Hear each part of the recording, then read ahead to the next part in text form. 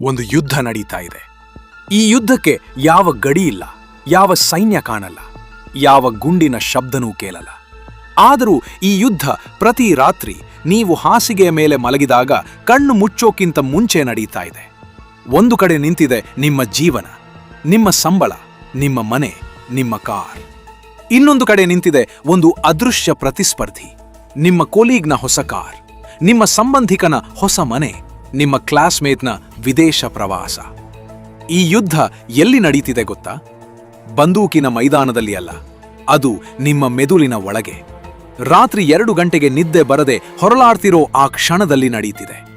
ವಿಜ್ಞಾನಿಗಳು ಕಂಡುಹಿಡಿದಿದ್ದಾರೆ, ಮನುಷ್ಯನ ಸಂತೋಷ ನಿರ್ಧಾರ ಆಗೋದು ಅವನ ಸ್ವಂತ ಸಂಬಳದಿಂದದ ಅಲ್ಲ, ಅವನ ಸಂಬಳ ಅವನ ಸುತ್ತಲಿನವರ ಸಂಬಳಕ್ಕಿಂತ ಎಷ್ಟು ಜಾಸ್ತಿ ಅಥವಾ ಕಡಿಮೆ ಅನ್ನೋದ್ರಿಂದ. ಅಂದ್ರೆ ನಿಮ್ಮ ಬ್ಯಾಂಕ್ ಬ್ಯಾಲೆನ್ಸ್ ಎಷ್ಟಿದೆ ಅನ್ನೋದಕ್ಕಿಂತ ಪಕ್ಕದ ಮನೆಯವರ ಬ್ಯಾಂಕ್ ಬ್ಯಾಲೆನ್ಸ್ಗಿಂತ ಜಾಸ್ತಿ ಇದೆಯಾ ಇಲ್ವಾ ಅನ್ನೋದೇ ನಿಮ್ಮ ನೆಮ್ಮದಿನ ನಿರ್ಧಾರ ಮಾಡುತ್ತೆ. ಇಂದಿಗೆ ಈ ಯುದ್ಧದ ಎರಡೂ ಕಡೆಯ ರಹಸ್ಯಗಳನ್ನ ನಾವು ಒಂದೊಂದೊಂದೇ ಕಥೆಯ ಮೂಲಕ ಬಿಚ್ಚಿಡ್ತೀವಿ. ಮತ್ತೆ ಈ ಯುದ್ಧನ ಶಾಶ್ವತವಾಗಿ ಗೆಲ್ಲೋ ಒಂದು ದಾರಿ ಕೊಡ್ತೀವಿ. ಕೊನೆಯವರೆಗೂ ಕೇಳಿ, ಯಾಕಂದ್ರೆ ಇದನ್ನ ಕೇಳಿದ ಮೇಲೆ ಇನ್ಮುಂದೆ ಯಾರ ಹೊಸ ಕಾರ್ ನೋಡಿದ್ರೂ ನಿಮ್ಮ ಮನಸ್ಸು ಬೇರೆ ರೀತಿ ಪ್ರತಿಕ್ರಿಯೆ ತೋರಿಸತ್ತೆ, ಗ್ಯಾರಂಟಿ. ಮೈಸೂರಿನ ಒಬ್ಬ ಎಂಜಿನಿಯರ್ನ ಕತೆ ಹೇಳ್ತೀನಿ ಕೇಳಿ. ಹೆಸರು ಬದಲಾಯಿಸಿ ಕಿರಣ್ ಅಂತ ಇಟ್ಕೊಳ್ಳಿ. ಕಿರಣ್ಗೆ ಒಳ್ಳೆ ಕೆಲಸ ಇತ್ತು, ಸಂಬಳ ಚೆನ್ನಾಗಿತ್ತು, ಒಂದು ಚಿಕ್ಕ ಆದರೆ ಸ್ವಂತ ಮನೆ ಇತ್ತು. ಆದರೆ ಒಂದು ಸೋಮವಾರ ಆಫೀಸ್ಗೆ ಬಂದಾಗ ಪಕ್ಕದ ಡೆಸ್ಕ್ನ ಕೊಲೀಗ್ ಒಂದು ಹೊಸ SUV ಕಾರ್ ತಗೊಂಡು ಬಂದಿದ್ದ. ಅಷ್ಟೇ, ಬರೀ ಒಂದು ಕಾರ್. ಆದ್ರೆ ಆ ರಾತ್ರಿ ಕಿರಣ್ಗೆ ನಿದ್ದೆ ಬರಲಿಲ್ಲ. ಅವನ ತಲೆಯಲ್ಲಿ ಒಂದೇ ಪ್ರಶ್ನೆ ಸುತ್ತಾಡ್ತಿತ್ತು, ಅವನಿಗಿಷ್ಟು ಬೇಗ ಹೇಗಾಗಿದ್ದು? ನಾನೇನು ಕಡಿಮೆ ಇದ್ದೀನಾ? ಇವನ ಸ್ವಂತ ಕಾರ್ ಚೆನ್ನಾಗಿ ಓಡ್ತಿತ್ತು, ಇವನಿಗೆ ಅದರಿಂದ ಯಾವ ಸಮಸ್ಯೆನೂ ಇರಲಿಲ್ಲ. ಆದರೆ ಒಂದು ಸಲ ಆ ಹೊಸ ಕಾರ್ ನೋಡಿದ ಮೇಲೆ ಇವನ ಸ್ವಂತ ಕಾರ್ ಇದ್ದಕ್ಕಿದ್ದಂತೆ ಸಾಕಾಗಲ್ಲ ಅಂತ ಅನ್ಸೋಕೆ ಶುರುವಾಯಿತು. 3 ವಾರದಲ್ಲಿ ಕಿರಣ್ ಒಂದು ಕಾರ್ ಲೋನ್ಗೆ ಅಪ್ಲೈ ಮಾಡಿ ಒಂದು ಹೊಸ ಕಾರ್ ಖರೀದಿ ಮಾಡಿಬಿಟ್ಟ, 8 ವರ್ಷದ EMI ಮೇಲೆ. ಇಲ್ಲಿ ಗಮನಿಸಿ, ಅವನ ಆದಾಯ ಬದಲಾಗ್ಲಿಲ್ಲ, ಅವನ ಅಗತ್ಯ ಬದಲಾಗ್ಲಿಲ್ಲ, ಬದಲಾಗಿದ್ದು ಬರೀ ಒಂದು ಪಕ್ಕದ ಡೆಸ್ಕ್ನ ಕಾರ್. ಇದನ್ನ ಸೈಕಾಲಜಿಸ್ಟ್ ಲಿಯಾನ್ ಫೆಸ್ಟಿಂಗರ್ 1954ರಲ್ಲಿ ಚೆನ್ನಾಗಿ ವಿವರಿಸಿದ್ರು. ಅವರ ಪ್ರಕಾರ ಮನುಷ್ಯನಿಗೆ ತನ್ನ ಸಾಮರ್ಥ್ಯ, ತನ್ನ ಸ್ಥಿತಿ ಅಳೆಯೋಕೆ ಯಾವುದೇ ಸ್ವತಂತ್ರ ಮಾಪಕ ಇಲ್ಲ. ನಾನು ಎಷ್ಟು ಚೆನ್ನಾಗಿದ್ದೀನಿ ಅನ್ನೋದನ್ನ ಅಳೆಯೋಕೆ ಒಂದೇ ದಾರಿ, ಬೇರೆಯವರ ಜೊತೆ ಹೋಲಿಕೆ. ಈ ಹೋಲಿಕೆ 2 ವಿಧ: ನಮಗಿಂತ ಚೆನ್ನಾಗಿ ಇರೋರ ಜೊತೆ ಹೋಲಿಕೆ, ಮತ್ತೆ ನಮಗಿಂತ ಕಷ್ಟದಲ್ಲಿ ಇರೋರ ಜೊತೆ ಹೋಲಿಕೆ. ಮೊದಲನೆಯದು ನಮಗೆ ಪ್ರೇರಣೆ ಕೊಡಬಹುದು, ಆದರೆ ಜಾಸ್ತಿ ಸಲ ಇದು ಅಸೂಯೆ, ಅತೃಪ್ತಿ ಮತ್ತೆ ಆತಂಕ ಹುಟ್ಟಿಸುತ್ತೆ. ಕಿರಣ್ನ ಕಥೆಯಲ್ಲಿ ಒಂದು ಇನ್ನೂ ಆಸಕ್ತಿಕರ ಸಂಗತಿ ಇದೆ. ಇವನಿಗೆ ಬಿಲ್ ಗೇಟ್ಸ್ನ ಕಾರ್ ಬಗ್ಗೆ ಎಂದೂ ಆಸೆ ಆಗಲಿಲ್ಲ, ಯಾಕಂದ್ರೆ ಬಿಲ್ ಗೇಟ್ಸ್ ಬಹಳ ದೂರ ಇದ್ದಾನೆ ಅಂತ ಇವನ ಮೆದುಳಿಗೆ ಗೊತ್ತಿತ್ತು. ಆದರೆ ಪಕ್ಕದ ಡೆಸ್ಕ್ನ ಕೊಲೀಗ್, ಪಕ್ಕದ ಮನೆಯ ನೆರೆಹೊರೆಯವರು, ಕಾಲೇಜ್ನ ಸಹಪಾಠಿ, ಇವರೇ ಅತ್ಯಂತ ಶಕ್ತಿಶಾಲಿ ಹೋಲಿಕೆ ಬಿಂದುಗಳು. ಯಾಕಂದ್ರೆ ಇವರು ನಮ್ಮಂತೆ ಇದ್ದಾರೆ ಅಂತ ಮೆದುಳು ಎಣಿಸತ್ತೆ.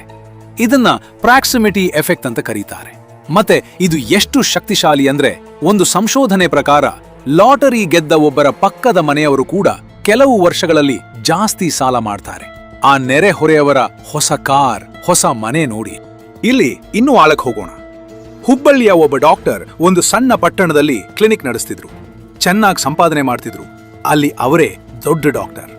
ಬೆಂಗಳೂರಿಗೆ ಶಿಫ್ಟ್ ಆದ ಮೇಲೆ ಅಲ್ಲಿ ಅವರ ಸುತ್ತ ಎಷ್ಟೋ ಜನ ಡಾಕ್ಟರ್ಗಳು ಇವರಿಗಿಂತ ಜಾಸ್ತಿ ಸಂಪಾದಿಸ್ತಿದ್ರು, ದೊಡ್ಡ ಆಸ್ಪತ್ರೆಗಳಲ್ಲಿದ್ರು. ಇವರ ಆಬ್ಸಲ್ಯೂಟ್ ಸಂಪಾದನೆ ಜಾಸ್ತಿ ಆಗಿತ್ತು, ಆದರೆ ಇವರ ಸಂತೃಪ್ತಿ ಕಡಿಮೆ ಆಗಿತ್ತು. ಯಾಕಂದ್ರೆ ಈಗ ಅವರ ಹೊಸ ರೆಫರೆನ್ಸ್ ಗ್ರೂಪ್ಗೆ ಹೋಲಿಸಿದ್ರೆ ಅವರು ಮಧ್ಯಮ ಆಗಿ ಕಾಣ್ತಿದ್ರು. ಇದನ್ನ ಎಕನಾಮಿಸ್ಟ್ಗಳು ರಿಲೇಟಿವ್ ಇನ್ಕಮ್ ಹೈಪೋಥಿಸಿಸ್ ಅಂತ ಕರೀತಾರೆ. ಇದನ್ನ ಸಾಬೀತು ಮಾಡೋ ಒಂದು ಪ್ರಸಿದ್ಧ ಪ್ರಯೋಗ ಇದೆ. ಜನಕ್ಕೆ 2 ಆಯ್ಕೆ ಕೊಟ್ರು. 1, ನೀವು ವರ್ಷಕ್ಕೆ 50 ಲಕ್ಷ ಸಂಪಾದಿಸ್ತೀರಿ, ಆದರೆ ಎಲ್ಲರೂ 1 ಕೋಟಿ ಸಂಪಾದಿಸ್ತಾರೆ. 2, ನೀವು ವರ್ಷಕ್ಕೆ 25 ಲಕ್ಷ ಸಂಪಾದಿಸ್ತೀರಿ, ಆದರೆ ಎಲ್ಲರೂ 15 ಲಕ್ಷ ಮಾತ್ರ ಸಂಪಾದಿಸ್ತಾರೆ. ಆಶ್ಚರ್ಯ ಅಂದ್ರೆ ಬಹಳ ಜನ 2ನೇ ಆಯ್ಕೆ ಆರಿಸ್ಕೊಂಡ್ರು. ಆಬ್ಸಲ್ಯೂಟ್ ಆಗಿ ಕಡಿಮೆ ಸಂಪಾದನೆ ಇದ್ರು, ಯಾಕಂದ್ರೆ ಅಲ್ಲಿ ಅವರಿಗೆ ಜಾಸ್ತಿ ಇದ್ದೀವಿ ಅನ್ನೋ ಭಾವನೆ ಸಿಕ್ತಿತ್ತು. ಇದೇ ಕಾರಣಕ್ಕೆ ಒಂದು ದೇಶದ ಒಟ್ಟಾರೆ ಆದಾಯ ಏರಿದ್ರೂ ಜನರ ಒಟ್ಟಾರೆ ಸಂತೋಷ ಎತ್ತರಾಗಲ್ಲ. ಎಲ್ಲರ ಆದಾಯ ಸಮಾನವಾಗಿ ಏರಿದಾಗ ಸಂಬಂಧಿತ ಸ್ಥಾನ ಬದಲಾಗಲ್ಲ. ಇದನ್ನ ಈಸ್ಟರ್ಲಿನ್ ಪ್ಯಾರಡಾಕ್ಸ್ ಅಂತಾನೂ ಕರೀತಾರೆ. ಎಕಾನಮಿಸ್ಟ್ ಫ್ರೆಡ್ ಹಿರ್ಷ್ ಇನ್ನೊಂದು ಆಸಕ್ತಿಕರ ಪರಿಕಲ್ಪನೆ ಕೊಟ್ರು, ಇದನ್ನ ಪೊಸಿಷನಲ್ ಗುಡ್ಸ್ ಅಂತ ಕರೀತಾರೆ. ಇವು ಅಂತಹ ವಸ್ತುಗಳು. ಇವುಗಳ ಮೌಲ್ಯ ಬರೀ ಅವುಗಳ ಗುಣಮಟ್ಟದಿಂದ ಬರಲ್ಲ, ಬೇರೆಯವರಿಗಿಂತ ನಿಮ್ಮ ಹತ್ರ ಇದೆ ಅನ್ನೋ ಸ್ಥಾನದಿಂದ ಬರುತ್ತೆ. ಒಂದು SUV ಕಾರ್ ಇದೇ ಗಾತ್ರದ ಸಣ್ಣ ಹ್ಯಾಚ್ಬ್ಯಾಕ್ಗಿಂತ ಪೆಟ್ರೋಲ್ ಜಾಸ್ತಿ ಖರ್ಚು ಮಾಡುತ್ತೆ. ಆದ್ರೆ ಅದನ್ನ ಜನ ಬಯಸೋದು ಅದರ ಎತ್ತರ, ಗಾತ್ರ ಮತ್ತೆ ಬೇರೆಯವರಿಗಿಂತ ಮೇಲಿದ್ದೀನಿ ಅನ್ನೋ ಭಾವನೆಗಾಗಿ. ಬೆಂಗಳೂರಿನ ಒಂದು ಸೊಸೈಟಿಯಲ್ಲಿ ಎಲ್ಲಾ ಫ್ಲಾಟ್ಗಳ ಗಾತ್ರ ಒಂದೇ ಇತ್ತು. ಒಂದು ಕುಟುಂಬ ತಮ್ಮ ಬಾಲ್ಕನಿಗೆ ದುಬಾರಿ ಪೀಠೋಪಕರಣ ಹಾಕ್ಸ್ಕೊಂಡ್ರು. 6 ತಿಂಗಳಲ್ಲಿ ಆ ಸೊಸೈಟಿಯ ಇನ್ನೂ 8 ಫ್ಲಾಟ್ಗಳಲ್ಲಿ ಇದೇ ರೀತಿಯ ಬಾಲ್ಕನಿ ಪೀಠೋಪಕರಣ ಕಾಣಿಸ್ಕೊಂಡಿತ್ತು. ಯಾವ ಫ್ಲಾಟ್ಗೂ ಇದರ ಅಗತ್ಯ ಇರಲಿಲ್ಲ, ಅಲ್ಲಿಲ್ಲ. ಆದರೆ ಒಬ್ಬರ ಬಾಲ್ಕನಿ ಚೆನ್ನಾಗಿ ಕಂಡ ತಕ್ಷಣ ಉಳಿದ ಫ್ಲಾಟ್ಗಳ ಬಾಲ್ಕನಿ ಕಡಿಮೆ ಅಂತ ಅನ್ಸೋಕೆ ಶುರುವಾಯಿತು. ಪೊಸಿಷನಲ್ ಗುಡ್ಸ್ನ ಅಪಾಯ ಏನಂದ್ರೆ ಇವು ಎಂದೂ ಒಂದು ಶಾಶ್ವತ ಸಂತೃಪ್ತಿ ಕೊಡಲ್ಲ, ಯಾಕಂದ್ರೆ ಸ್ಪರ್ಧೆ ಎಂದೂ ನಿಲ್ಲಲ್ಲ. ಈ ಕಂಪ್ಯಾರಿಸನ್ ಆಂಗ್ಸೈಟಿ ಬರೀ ಮಾನಸಿಕ ಸಮಸ್ಯೆ ಅಲ್ಲ, ಇದೊಂದು ದೈಹಿಕ ಸಮಸ್ಯೆ ಕೂಡ. ವಿಜ್ಞಾನಿಗಳ ಪ್ರಕಾರ ಸಾಮಾಜಿಕ ಹೋಲಿಕೆಯಿಂದ ಬರೋ ಒತ್ತಡ ದೇಹದಲ್ಲಿ ಕಾರ್ಟಿಸಾಲ್ ಅನ್ನೋ ಒತ್ತಡದ ಹಾರ್ಮೋನ್ ಬಿಡುಗಡೆ ಮಾಡುತ್ತೆ. ಈ ಹಾರ್ಮೋನ್ ಜಾಸ್ತಿ ಆದ್ರೆ ನಿದ್ದೆಗೆ ಬೇಕಾದ ದೇಹದ ಶಾಂತ ಸ್ಥಿತಿ ಸಿಗಲ್ಲ. ಇದೇ ಕಾರಣಕ್ಕೆ ಕಿರಣ್ಗೆ ಆ ರಾತ್ರಿ ನಿದ್ದೆ ಬರಲಿಲ್ಲ. ಅವನ ದೇಹ ಒಂದು ಬೆದರಿಕೆ ಅಂತ ಗ್ರಹಿಸಿತ್ತು, ಪಕ್ಕದ ಡೆಸ್ಕ್ನ ಕೊಲೀಗ್ನ ಕಾರ್ನ ರೂಪದಲ್ಲಿ. ಮಂಗಳೂರಿನ ಒಬ್ಬ ಬ್ಯಾಂಕ್ ಎಂಪ್ಲಾಯಿ ಒಂದು ಆರೋಗ್ಯ ತಪಾಸಣೆಗೆ ಹೋದಾಗ ಡಾಕ್ಟರ್ ಅವರಿಗೆ ಸ್ಟ್ರೆಸ್ ಇಂಡ್ಯೂಸ್ಡ್ ಇನ್ಸಾಮ್ನಿಯಾ ಅಂತ ಗುರುತಿಸಿದ್ರು. ಆಳವಾಗಿ ಮಾತಾಡಿದಾಗ ಗೊತ್ತಾಗಿದ್ದೇನೆಂದ್ರೆ ಈ ವ್ಯಕ್ತಿ ಪ್ರತಿ ರಾತ್ರಿ ಮಲಗುವ ಮುಂಚೆ ಸೋಷಿಯಲ್ ಮೀಡಿಯಾ ನೋಡಿ ಅವರ ಸಹಪಾಠಿಗಳ ಜೀವನ ಶೈಲಿ ಜೊತೆ ತಮ್ಮ ಜೀವನ ಹೋಲಿಸಿಕೊಂಡು ಮಲಗ್ತಿದ್ರು. ಈ ಒಂದು ಅಭ್ಯಾಸ ಬಿಟ್ಟ ಮೇಲೆ 2 ವಾರದಲ್ಲಿ ಅವರ ನಿದ್ದೆ ಗುಣಮಟ್ಟ ಗಮನಾರ್ಹವಾಗಿ ಸುಧಾರಿಸಿತ್ತು. ಸಮಾಜಶಾಸ್ತ್ರಜ್ಞ ಅಲೈನ್ ಡಿ ಬಾಟನ್ ಈ ಸ್ಥಿತಿಗೆ ಸ್ಟೇಟಸ್ ಆಂಗ್ಸೈಟಿ ಅಂತ ಹೆಸರು ಕೊಟ್ರು. ಮತ್ತೆ ಇದು ಆಧುನಿಕ ಸಮಾಜದಲ್ಲಿ ಎಷ್ಟು ಸಾಮಾನ್ಯ ಆಗ್ಬಿಟ್ಟಿದೆ ಅಂದ್ರೆ ಜನ ಇದನ್ನ ಒಂದು ಆರೋಗ್ಯ ಸಮಸ್ಯೆ ಅಂತ ಗುರುತಿಸೋದೇ ಇಲ್ಲ. ಇಷ್ಟೊತ್ತಿಗೆ ಈ ಕಥೆಯ ಅರ್ಧ ಭಾಗ ಮುಗಿದಿದೆ. 1 ನಿಮಿಷ ನಿಲ್ಲಿಸಿ ಯೋಚನೆ ಮಾಡಿ. ಕೊನೆ ಸಲ ನೀವು ಯಾರ ಜೊತೆ ನಿಮ್ಮ ಜೀವನ ಹೋಲಿಸಿಕೊಂಡ್ರಿ? ಆ ಹೋಲಿಕೆ ನಿಮಗೆ ಪ್ರೇರಣೆ ಕೊಟ್ಟಿತಾ ಅಥವಾ ಆತಂಕ ಕೊಟ್ಟಿತಾ? ನಿಮ್ಮ ರಾತ್ರಿಯ ನಿದ್ದೆ ಎಷ್ಟು ಸಲ ಈ ಹೋಲಿಕೆಯಿಂದ ಕೆಟ್ಟಿದೆ ಅಂತ ಒಂದು ಸಲ ಪ್ರಾಮಾಣಿಕವಾಗಿ ಯೋಚನೆ ಮಾಡಿ. ಈಗ ಮುಂದೆ ಹೋಗೋಣ. ಸೈಕಾಲಜಿಸ್ಟ್ಗಳು ಅಸೂಯೆನ 2 ವಿಧಗಳಾಗಿ ವಿಂಗಡಿಸ್ತಾರೆ: ಒಳ್ಳೆಯ ಅಸೂಯೆ ಮತ್ತೆ ಕೆಟ್ಟ ಅಸೂಯೆ. ಒಳ್ಳೆಯ ಅಸೂಯೆ ಇದ್ರೆ ಬೇರೆಯವರ ಯಶಸ್ಸು ನೋಡಿ ನಾನು ಹಾಗೆ ಆಗ್ಬೇಕು, ನಾನು ಪ್ರಯತ್ನ ಪಡಬೇಕು ಅಂತ ಪ್ರೇರಣೆ ಸಿಗತ್ತೆ. ಕೆಟ್ಟ ಅಸೂಯೆ ಇದ್ರೆ ಬೇರೆಯವರ ಯಶಸ್ಸು ನೋಡಿ ಅವರಿಗಿದು ಸಿಗಬಾರ್ದಿತ್ತು, ನಾನೇಕಿಲ್ಲ ಅಂತ ಒಂದು ಕಹಿ ಭಾವನೆ ಹುಟ್ಟುತ್ತೆ. ಮತ್ತೆ ಇದು ಸಾಮಾನ್ಯವಾಗಿ ಇಂಪಲ್ಸಿವ್, ಅಪ್ರಾಯೋಗಿಕ ಖರ್ಚಿಗೆ ಕರ್ಕೊಂಡು ಹೋಗುತ್ತೆ, ಬರೀ ಅವರಿಗಿಂತ ಮುಂದೆ ಇರಬೇಕು ಅನ್ನೋ ಒಂದೇ ಕಾರಣಕ್ಕೆ. ಕಿರಣ್ನ ಪ್ರತಿಕ್ರಿಯೆ ಕೆಟ್ಟ ಅಸೂಯೆ ಆಗಿತ್ತು. ಅವನ ಸ್ವಂತ ಕಾರ್ನ ಗುಣಮಟ್ಟ ಬಗ್ಗೆ ಯೋಚನೆ ಮಾಡಲಿಲ್ಲ, ಬರೀ ಅವನಿಗಿಂತ ಹಿಂದೆ ಬಿದ್ದೆ ಅನ್ನೋ ಭಾವನೆಗೆ ಪ್ರತಿಕ್ರಿಯೆ ಕೊಟ್ಟ. ಇನ್ನೊಂದು ಕಥೆ ನೋಡೋಣ. ಬೆಳಗಾವಿಯ ಒಬ್ಬ ಯುವ ಬಿಸ್ನೆಸ್ ಮ್ಯಾನ್ ತನ್ನ ಕಾಲೇಜ್ ಫ್ರೆಂಡ್ ಒಂದು ದೊಡ್ಡ ಬಿಸ್ನೆಸ್ ಡೀಲ್ ಪಡ್ಕೊಂಡಿದ್ದು ಗೊತ್ತಾದಾಗ ಇವನಿಗೆ ಮೊದಲು ಅಸೂಯೆ ಆಯಿತು. ಆದರೆ ಇವನು ಆ ಭಾವನೆನ ಬೇರೆ ರೀತಿ ಬಳಸ್ಕೊಂಡ. ಆ ಫ್ರೆಂಡ್ನ ಜೊತೆ ಮಾತಾಡಿ ಅವನ ಸಕ್ಸಸ್ನ ರಹಸ್ಯ ಕಲಿತುಕೊಂಡ, ಮತ್ತೆ ಆ ಪಾಠಗಳ ತನ್ನ ಬಿಸ್ನೆಸ್ಗೆ ಅಳವಡಿಸಿಕೊಂಡ. ಈ 2 ಅಸೂಯೆಗಳ ನಡುವಿನ ವ್ಯತ್ಯಾಸ ಒಂದೇ ಪ್ರಶ್ನೆ ಮೇಲೆ ನಿಂತಿದೆ: ನಾನು ಇವರಿಂದ ಏನಾದ್ರೂ ಕಲಿಬಹುದಾ ಅಥವಾ ಬರೀ ಪ್ರತಿಸ್ಪರ್ಧಿಯಾಗಬೇಕಾ? ಇಲ್ಲಿ ಒಂದು ಪ್ರಶ್ನೆ ಕೇಳಬೇಕು.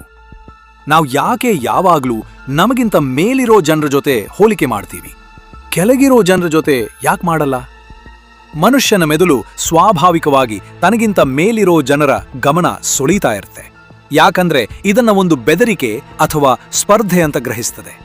ಆದ್ರೆ ಪ್ರಜ್ಞಾಪೂರ್ವಕವಾಗಿ ಕೆಳಗಿನ ಹೋಲಿಕೆ ಮಾಡಿದ್ರೆ, ಅಂದ್ರೆ ನಿಮಗಿಂತ ಕಷ್ಟದಲ್ಲಿ ಇರೋ ಜನರ ಜೊತೆ ನಿಮ್ಮ ಸ್ಥಿತಿ ಹೋಲಿಸಿ ನೋಡಿದ್ರೆ ಒಂದು ಆಳವಾದ ಕೃತಜ್ಞತೆ ಹುಟ್ಟುತ್ತೆ. ಶಿವಮೊಗ್ಗದ ಒಬ್ಬ ಮಹಿಳೆ ಒಂದು ಸರಳ ಅಭ್ಯಾಸ ಇಟ್ಕೊಂಡಿದ್ರು. ತಿಂಗಳಿಗೊಮ್ಮೆ ಒಂದು ಸ್ವಯಂ ಸೇವಾ ಸಂಸ್ಥೆಗೆ ಭೇಟಿ ಕೊಡ್ತಿದ್ರು.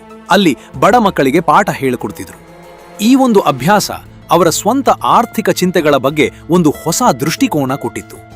ಇವ್ರು ಹೇಳ್ತಿದ್ರು, ಆಫೀಸ್ನಲ್ಲಿ ಇರುವಾಗ ನನಗೆ ನಾನು ಕಡಿಮೆ ಇದ್ದೀನಿ ಅಂತ ಅನ್ಸುತ್ತೆ, ಆದ್ರೆ ಆ ಮಕ್ಕಳ ಜೊತೆ ಇರುವಾಗ ನಾನು ಎಷ್ಟು ಪಡ್ಕೊಂಡಿದ್ದೀನಿ ಅಂತ ಗೊತ್ತಾಗುತ್ತೆ. ಸ್ವಾಭಾವಿಕವಾಗಿ ಮೆದುಳು ಇದನ್ನ ಮಾಡಲ್ಲ, ಆದರೆ ಪ್ರಜ್ಞಾಪೂರ್ವಕವಾಗಿ ಪ್ರಯತ್ನ ಪಟ್ರೆ ಇದೊಂದು ಶಕ್ತಿಶಾಲಿ ಆಯುಧ ಆಗುತ್ತೆ. ಇವತ್ತಿನ ಪ್ರಪಂಚದಲ್ಲಿ ಈ ಕಂಪ್ಯಾರಿಸನ್ ಆಂಗ್ಸೈಟಿ ಮೊದಲಿಗಿಂತ ಎಷ್ಟೋ ಪಟ್ಟು ಜಾಸ್ತಿ ಆಗಿದೆ. ಯಾಕಂದ್ರೆ ಈಗ ನಾವು ಬರೀ ಪಕ್ಕದ ಡೆಸ್ಕ್ನ ಕೊಲೀಗ್ ಜೊತೆ ಅಲ್ಲ, 100 ಜನರ ಜೊತೆ ಪ್ರತಿ ದಿನ ಹೋಲಿಕೆ ಮಾಡ್ತೀವಿ. ಮತ್ತೆ ಈ ಎಲ್ಲ ಹೋಲಿಕೆ ಅವರ ಎಡಿಟೆಡ್, ಫಿಲ್ಟರ್ ಮಾಡಿದ ಜೀವನದ ಜೊತೆ. ಒಂದು ಸಂಶೋಧನೆ ಪ್ರಕಾರ ಸೋಷಿಯಲ್ ಮೀಡಿಯಾ ಬಳಕೆ ಜಾಸ್ತಿ ಇರೋ ಜನಕ್ಕೆ ಆರ್ಥಿಕ ಆತಂಕ ಜಾಸ್ತಿ ಇರುತ್ತೆ. ಅವರ ನಿಜವಾದ ಆದಾಯ ಎಷ್ಟೇ ಇದ್ರು. ಮೈಸೂರಿನ ಒಬ್ಬ ಯುವತಿ ಒಂದು ಪ್ರಯೋಗ ಮಾಡಿದಳು. 1 ತಿಂಗಳು ಎಲ್ಲಾ ಫೈನಾನ್ಷಿಯಲ್ ಡಿಸಿಷನ್ಸ್ ಮಾಡುವ ಮುಂಚೆ ಸೋಷಿಯಲ್ ಮೀಡಿಯಾ ಬಳಸೋದನ್ನ ನಿಲ್ಲಿಸಿ ನೋಡಿದಳು. ಫಲಿತಾಂಶ ಆಶ್ಚರ್ಯಕರ ಆಗಿತ್ತು. ಅವಳ ಇಂಪಲ್ಸಿವ್ ಖರೀದಿ ಬಹಳ ಕಡಿಮೆ ಆಗಿತ್ತು. ಯಾಕಂದ್ರೆ ಅವಳ ಖರೀದಿ ನಿರ್ಧಾರಗಳು ಇನ್ಯಾರೋ ಪೋಸ್ಟ್ ಮಾಡಿದ ಒಂದು ಫೋಟೋಯಿಂದ ಪ್ರೇರಣೆ ಪಡ್ಕೊಳ್ತಿರ್ಲಿಲ್ಲ. ಸೋಷಿಯಲ್ ಮೀಡಿಯಾ ನಮ್ಮ ಹೋಲಿಕೆಯ ಸರ್ಕಲ್ ಅನ್ನ ಕೃತಕವಾಗಿ ದೊಡ್ಡದಾಗಿ ಮಾಡಿಬಿಟ್ಟಿದೆ. ಮತ್ತೆ ಇದೊಂದೇ ಕಂಪ್ಯಾರಿಸನ್ ಆಂಗ್ಸೈಟಿಯ ಅತಿ ದೊಡ್ಡ ಆಧುನಿಕ ಕಾರಣ. ಇದನ್ನೆಲ್ಲ ಪ್ರಾಕ್ಟಿಕಲ್ ಆಗಿ ಬಳಸೋಕೆ ಒಂದು ಸರಳ ಅಭ್ಯಾಸ ಇಟ್ಕೊಳ್ಳಿ. ಪ್ರತಿ ಸಲ ನೀವು ಒಂದು ಹೋಲಿಕೆ ಮಾಡ್ಕೊಳ್ಳೋಕೆ ಶುರು ಮಾಡಿದಾಗ, ಒಬ್ಬರ ಹೊಸ ಕಾರ್, ಒಂದು ವಿದೇಶ ಟ್ರಿಪ್ ಫೋಟೋ ನೋಡಿದಾಗ 3 ಪ್ರಶ್ನೆ ಕೇಳ್ಕೊಳ್ಳಿ. ಮೊದಲ ಪ್ರಶ್ನೆ, ಈ ಹೋಲಿಕೆ ನನಗೆ ಪ್ರೇರಣೆ ಕೊಡುತ್ತಾ ಅಥವಾ ಆತಂಕ ಕೊಡುತ್ತಾ? 2ನೇ ಪ್ರಶ್ನೆ, ಇವರ ಜೀವನದ ಪೂರ್ತಿ ಚಿತ್ರ ನನಗೆ ಗೊತ್ತಾ ಅಥವಾ ಅವರ ಒಂದು ಫಿಲ್ಟರ್ ಮಾಡಿದ ಕ್ಷಣ ಮಾತ್ರ ಕಾಣ್ತಿದ್ಯಾ? 3ನೇ ಪ್ರಶ್ನೆ, ಈ ಖರ್ಚಿನ ನಿರ್ಧಾರ ನನ್ನ ಸ್ವಂತ ಗುರಿಗೆ ಸಹಾಯ ಮಾಡುತ್ತಾ ಅಥವಾ ಬರೀ ಈ ಹೋಲಿಕೆಗೆ ಪ್ರತಿಕ್ರಿಯೆ ಮಾತ್ರ? ಒಂದು ಕಂಪ್ಯಾರಿಸನ್ ಟ್ರಿಗರ್ಡ್ ಖರೀದಿ ನಿರ್ಧಾರ ಬಂದಾಗ ಕನಿಷ್ಠ 48 ಗಂಟೆ ಕಾಯಿರಿ. ಈ ಸಮಯದಲ್ಲಿ ಆ ಮೊದಲ ಕಂಪ್ಯಾರಿಸನ್ನ ಭಾವನಾತ್ಮಕ ತೀವ್ರತೆ ಕಡಿಮೆ ಆಗತ್ತೆ ಮತ್ತೆ ಲಾಜಿಕಲ್ ಆಗಿ ಯೋಚನೆ ಮಾಡೋಕೆ ಆಗತ್ತೆ.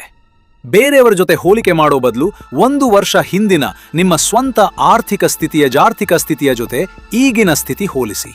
ಇದೇ ನಿಜವಾದ ಅರ್ಥಪೂರ್ಣ ಪ್ರಗತಿ ಅಳೆಯೋ ದಾರಿ. ಈ ಕತೆ ಶುರುವಿನಲ್ಲಿ ನಾವು ಒಂದು ಯುದ್ಧದ ಬಗ್ಗೆ ಮಾತಾಡಿದ್ವಿ. ನಿಮ್ಮ ಜೀವನ ವರ್ಸಸ್ ಒಂದು ಅದೃಶ್ಯ ಪ್ರತಿಸ್ಪರ್ಧಿ. ಈಗ ಒಂದು ಸತ್ಯ ಸ್ಪಷ್ಟ ಆಗಿರಬೇಕು. ಈ ಯುದ್ಧ ನಿಜವಾಗಿ ಗೆಲ್ಲೋ ಯುದ್ಧ ಅಲ್ಲ, ಇದು ಬಿಟ್ಟು ಬಿಡಬೇಕಾದ ಯುದ್ಧ. ನೀವು ನಿಮ್ಮ ಕೊಲೀಗ್ನ ಕಾರ್ಗಿಂತ ದೊಡ್ಡ ಕಾರ್ ತಗೊಂಡ್ರೆ ಇನ್ಯಾರಾದ್ರೂ ಇನ್ನೂ ದೊಡ್ಡ ಕಾರ್ ತಗೋತಾರೆ. ಈ ಸ್ಪರ್ಧೆ ಎಂದೂ ಮುಗಿಯಲ್ಲ. ಫೆಸ್ಟಿಂಗರ್ ನನ್ನ ಸಿದ್ಧಾಂತ, relative income hypothesis, positional goods, ಕಾರ್ಟಿಸೋಲ್ನ ದೈಹಿಕ ಪರಿಣಾಮ, ಒಳ್ಳೆಯ ಮತ್ತೆ ಕೆಟ್ಟ ಅಸೂಯೆ ಇವೆಲ್ಲ ಒಂದೇ ಸತ್ಯ ತೋರಿಸುತ್ತೆ. ನಿಮ್ಮ ನೆಮ್ಮದಿ ಎಂದಿಗೂ ನಿಮ್ಮ ಬ್ಯಾಂಕ್ ಬ್ಯಾಲೆನ್ಸ್ನ ಮೇಲೆ ಅವಲಂಬಿತ ಆಗಿಲ್ಲ. ಅದು ನಿಮ್ಮ ಮನಸ್ಸು ಎಲ್ಲಿ ಗಮನ ಇಡುತ್ತೆ ಅನ್ನೋದ್ರ ಮೇಲೆ ಅವಲಂಬಿತ ಆಗಿದೆ. ಇವತ್ತಿನಿಂದ ಒಂದೇ ಒಂದು ಅಭ್ಯಾಸ ಶುರು ಮಾಡಿ. ಮುಂದಿನ ಸಲ ಯಾರ ಹೊಸ ಕಾರ್, ಹೊಸ ಮನೆ, ಹೊಸ ಫೋನ್ ನೋಡಿದಾಗ ಮನಸ್ಸಿಗೆ ಒಂದು ಕ್ಷಣ ಕೊಡಿ, ಇದು ನನ್ನ ಜೀವನಕ್ಕೆ ಸಂಬಂಧ ಇಲ್ಲ ಅಂತ ನೆನಪಿಸ್ಕೊಡಿ. ಯಾಕಂದ್ರೆ ನಿಜವಾದ ಸಂಪತ್ತು ಅಂದ್ರೆ ಬೇರೆಯವರಿಗಿಂತ ಮುಂದೆ ಇರೋದಲ್ಲ, ಹೋಲಿಕೆಯ ಆಟ ಆಡೋದನ್ನೇ ನಿಲ್ಲಿಸೋದು.